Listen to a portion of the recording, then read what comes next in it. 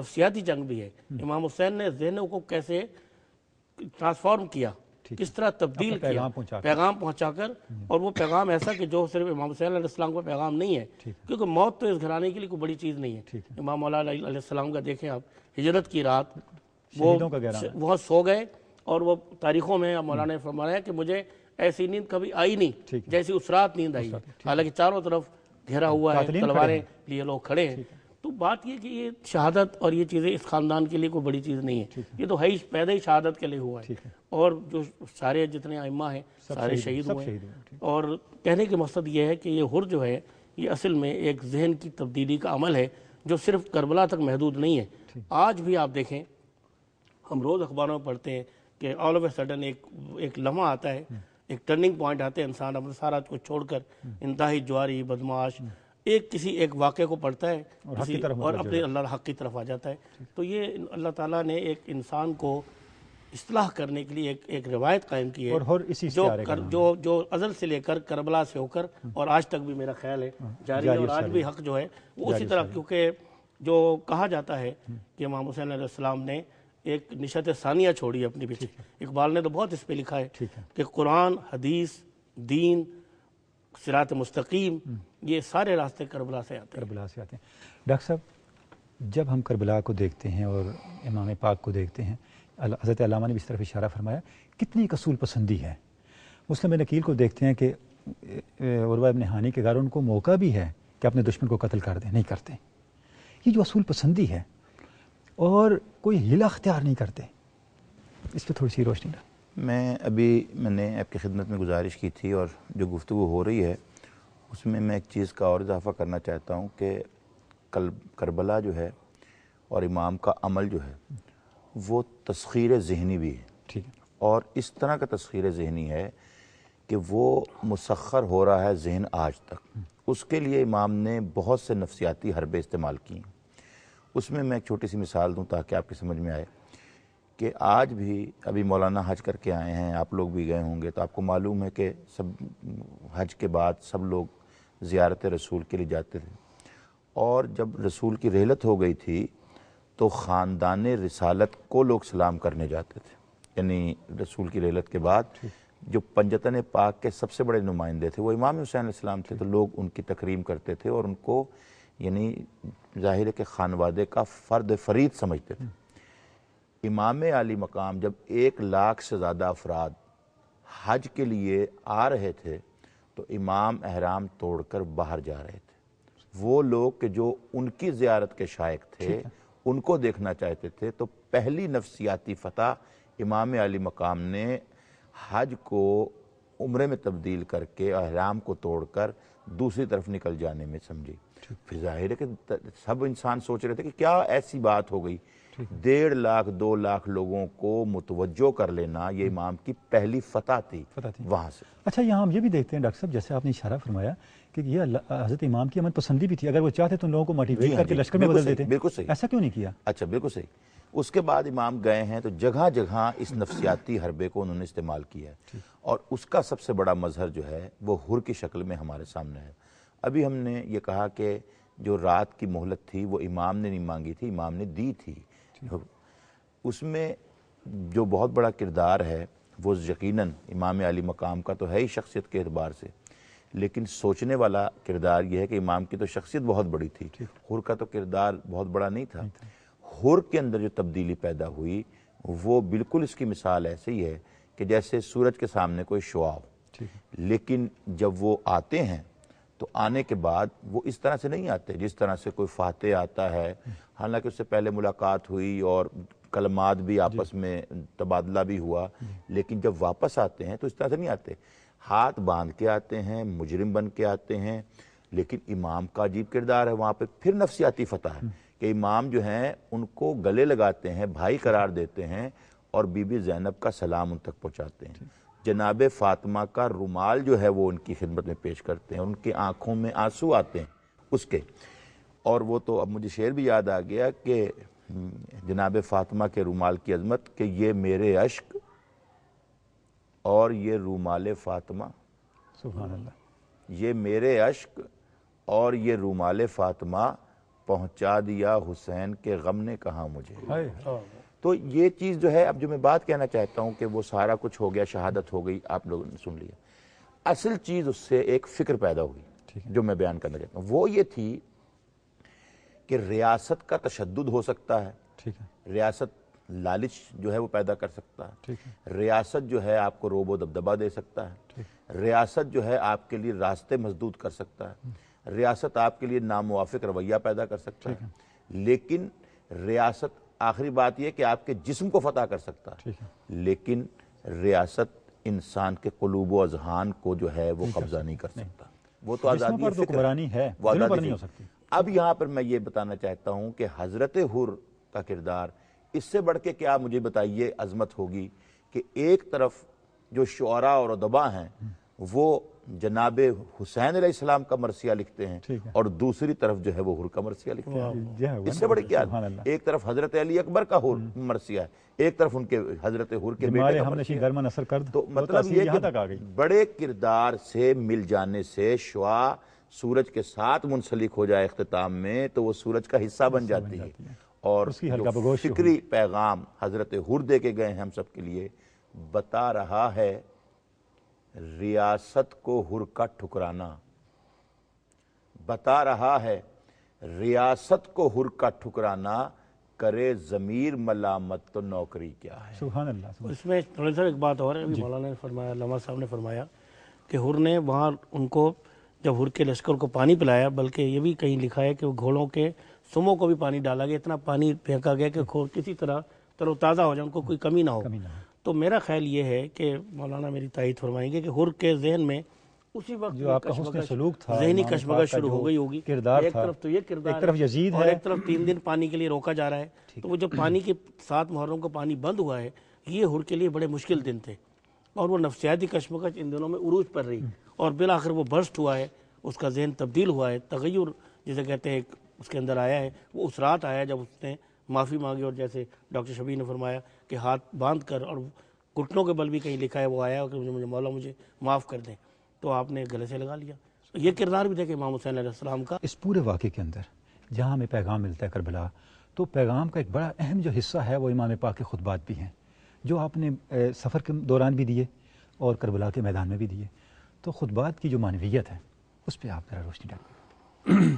یہ حقیقت ہے کہ خطبہ ایک بہت بڑے مفہوم کا ایک خلاصہ ہوتا ہے، جو کوئی بھی مفکر، کوئی بھی دانشور اپنی زندگی کے مطالعے کا نچوڑ یا تجربے کا نچوڑ جو ہے وہ چند الفاظ میں پیش کرتا ہے. اور خطبات کی ایک پوری تاریخ ہے. رسول خدا صلی اللہ علیہ وسلم کے خطبات ہیں، امیر المومنین علی بن ابی طالب السلام کے خطبات ہیں، جناب صدیقہ کبریٰ جناب زہرا سلام اللہ کے خطبات ہیں، اور امام حسین علیہ السلام کے خطبات ہیں. امام حسین علیہ السلام کے خطبات افسوس کہ سب کو جمع نہیں کیا جا سکا. مدینہ منورہ سے اس واقعے کے دوران کے خطبات، یعنی مدینہ منورہ سے لے کر مکہ مکرمہ اور مکہ مکرمہ سے لے کر کربلا معلیٰ اور روز عاشور تک کے آپ کے خطبات کو کچھ مقدار میں جمع کیا گیا ہے. لیکن مکہ مکرمہ سے ہجرت جب آپ نے فرمائی اور مکہ کو چھوڑا کربلا پہنچے تو کم از کم 24 دن بنتے. کتنے وفود سے ملاقاتیں کی، کتنے لوگوں سے آپ ملے، کتنے پیغام دیے، کتنے باتیں کی، لیکن افسوس ان کو محفوظ نہیں کیا جا سکا. لیکن خاص طور پر عاشور کے دن کے جو خطبات ہیں اور کربلا معلیٰ کے جو خطبات ہیں آپ کے قیام کے دوران کے، اس میں ہر جگہ پر امام علیہ السلام نے یزیدی فوج کو اپنا تعارف بھی کروایا اور انہیں دنیا کی بے ثباتی سے بھی آگاہ کیا. عمر ابن سعد کو ان سب کو کہا کہ تم میرے خون ناک سے اپنے ہاتھوں کو رنگین کرنا چاہتے ہو، کہا کہ ہم رے کی بادشاہی لینا چاہتے ہیں، حکومت لینا چاہتے ہیں. آپ نے فرمایا کہ رے کی گندم آپ کو نصیب نہیں ہوگی. اس بدبخت نے کہا کہ میں وہاں کے جو کھا لوں گا طنز کی، اور یہی وجہ کہ امام کی پیشین گوئی سچ ثابت ہوئی. جی نہ اس کو اسی طرح دنیا میں ہم دیکھتے ہیں کہ 4 محرم الحرام کو قاضی شریح جو ہے وہ فتویٰ جاری کر دیتا ہے امام حسین علیہ السلام کے قتل کا. چند ٹکے لے کر ابن زیاد سے چند اشرفیاں لینے کے بعد اپنا دین ایمان آخر سب کچھ بیچ دیتا ہے، اور وہ کردار بھی تاریخ کربلا کا حصہ بن جاتا ہے. اور کربلا قیامت تک کے لیے مشعل راہ ہے اور ایک درس گاہ ہے. آج بھی ہمیں محراب و منبر میں ایسے مفتی نظر آ رہے ہیں، ایسے قاضی نظر آ رہے ہیں جو مسلمانوں کے کفر کے فتوے دے کر درہم و دینار حاصل کرنے کی کوشش کرتے ہیں. تو کربلا ہمیں جگہ جگہ پر متوجہ کرتا ہے. کربلا میں خاص طور پر امام حسین علیہ السلام کے خطبات جس میں آپ نے یزیدی فوج کو آخرت کی طرف متوجہ کیا، ان کو یہاں تک یعنی کہا کہ آپ میرا راستہ چھوڑ دیں، میں جنگ کرنے کے لیے نہیں آیا، میں کربلا چھوڑ کے کہیں دور چلا جاتا ہوں، ہند میں چلا جاتا ہوں، تاکہ میری وجہ سے خون ناک جو ہے وہ نہ بہے۔ یعنی امام حسین علیہ السلام حقیقت میں امن کے پیغمبر تھے، اور آخری لمحے تک آپ نے یہ کوشش کی کہ ان خطبات میں ہمیں اس دور کے نقائص پر میں بھی وہی عرض کرتا ہوں۔ اب اس میں آپ نے دونوں کرداروں کو بار بار واضح کیا، اور جیسے کہ پہلے میں عرض کر چکا ہوں، کبھی یہ تعارف کروا رہے ہیں کہ میں فرزند رسول ہوں، اس لیے کہ یہ بتایا گیا تھا کہ ایک باغی کو ہم نے قتل کرنا ہے، لوگوں کے ذہنوں میں یہ بھی تصور موجود تھا، یہ بتانا مقصود تھا کہ میں فرزند رسول ہوں، میں نواسہ رسول ہوں، میں اصحاب کتاب میں سے 5واں میں ہوں۔ اور خاص طور پر آپ کے خطبات کا ایک دوسرا پہلو جو تھا وہ قیام امن کے لیے تھا۔ میں ایک نقطے کی طرف خاص طور پر متوجہ کرنا چاہتا ہوں، مذاکرات اور مکالمات کی آج بات دنیا کر رہی ہے کہ ڈائیلاگ کا دروازہ کھلنا چاہیے، لیکن حقیقت میں یہ پیغام کربلا ہے۔ مذاکرات اس وقت انسان یہ راستہ اختیار کرتا ہے عام طور پر جب اسے یہ کچھ نظر آ رہا ہو کہ اب میں شکست کھا رہا ہوں، میرا نقصان ہو رہا ہے، چلو آپ مذاکرات کے ذریعے جو کچھ بچ سکتا ہے وہ بچا لو، جی کچھ لالچ ہوتا ہے ذہن میں۔ لیکن امام حسین علیہ السلام کا لالچ ایک عجیب قسم کا تھا۔ سارے بیٹے شہید ہو چکے ہیں، بھائی شہید ہو چکے ہیں، صاحب شہید ہو چکے ہیں، تن تنہا رہ چکے ہیں، اب کوئی چیز تو ایسی نہیں ہے کہ میرے مذاکرات کی وجہ سے کوئی بچ جائے گا، نہیں، امت مصطفیٰ کی خیر خواہی تھی۔ اور آج بھی کربلا معلیٰ میں وہ مقام موجود ہے جہاں آخری وقت عمر ابن سعد کو بلا کے آپ نے مکالمے کی دعوت دی اور فرمایا کہ آؤ بات کے ذریعے مسئلے کو حل کر لیں، یہ نہ ہو کہ یہ جتنی فوجیں اکٹھی ہوئی ہیں مجھے نہ پہچاننے کی وجہ سے میرے خون ناک سے اپنے ہاتھوں کو رنگین کر کے جہنم میں چلی جائیں۔ تو امام حسین علیہ السلام کا تلواروں کے سائے میں مکالمے کی دعوت دینا قیامت تک لیے پیغام ہے کہ دنیا والوں اگر تم اپنے اختلافات کو مکالمات کے ذریعے حل کر سکتے ہو تو اس راستے کو کبھی بھی ترک نہ کرنا۔ اور امام حسین علیہ السلام کا یہ پیغام آج دنیا اپنا رہی ہے اور اپنانا چاہیے۔ اور ایک بات دوسری، یہی باغی کی بات آئی تھی اور بیعت کی بات آئی تھی۔ جب امام حسین علیہ السلام کا سر اقدس دربار شام میں پہنچا تو سفیر روم نے سوال کیا یزید سے کہ یہ کون تھا؟ کہا باغی تھا۔ کہا کیا؟ اس نے کہا کہ تو نے کیا؟ میں نے بیعت مانگی تھی۔ اس نے کیا کہ اس نے انکار کیا۔ انکار کیسے کیا؟ کہ میں گردن کٹوا سکتا ہوں لیکن تیری بیعت نہیں کر سکتا۔ کہا پھر کیا ہوا؟ کہا میں نے بیعت مانگی، اس نے بیعت نہیں کی، میں نے سر قلم کر دیا۔ کہا پھر فاتح تو وہ ہوا، فاتح تو وہ ہوا، اس کی بات تو مانی گئی، اس کی بات تو مانی گئی، اس نے آپ کی بیعت تو نہیں کی۔ جی، اور یہی وجہ ہے کہ جب یہ تصور پیش کیا تو ایک عجیب و غریب منظر اور ایک عجیب و غریب تخیل اس کے ذہن میں پیدا ہوا، یہ باغی ہیں، دربار سے نکل آ گیا بازار میں، شہداء کے سر نوکے نیزہ پہ موجود ہیں، دیکھتا ہے ایک 18 سال کا نوجوان کا سر ہے، خیال کرتا ہے کہ شاید اس نے بغاوت کی ہو۔ ایک 35 سال کا کڑیل نوجوان ہے، اس کا سر ہے، سوچا کہ اس نے ہو سکتا ہے بغاوت کی ہو۔ ایک سر کو دیکھتا دیکھتا جب 6 ماہ کے بچے کے سر کے نیچے آتا ہے نا تو حیران ہوتا ہے کہ 6 ماہ کے بچے نے بغاوت کی تھی؟ کیا علی اصغر علیہ السلام بغاوت کر سکتے ہیں؟ بے ساختہ کہتے ہیں نہیں، یہ باغی نہیں ہے، یہ تو غازی ہے، یہ تو امن کا پیغمبر ہے، یہ یقیناً جھوٹ بول رہا ہے۔ اور اس طرح امام حسین علیہ السلام کی مظلومیت کربلا کے سب سے چھوٹے مجاہد، اور اس لیے کہا گیا کہ کربلا کی تاریخ ایک عجیب و غریب تاریخ ہے، تاریخ انسانیت کی تیزیاں بہت زیادہ دنیا نے دیکھی، لیکن کربلا کا منظر ایک عجیب و غریب ہے کہ صبح سے لے کر دوپہر تک کربلا کی اتنی تیزیاں سامنے آئیں کہ ایک 6 ماہ کے بچے نے وہ کردار ادا کیا جو نصف صدی کا بوڑھا بھی ادا نہیں کر سکتا۔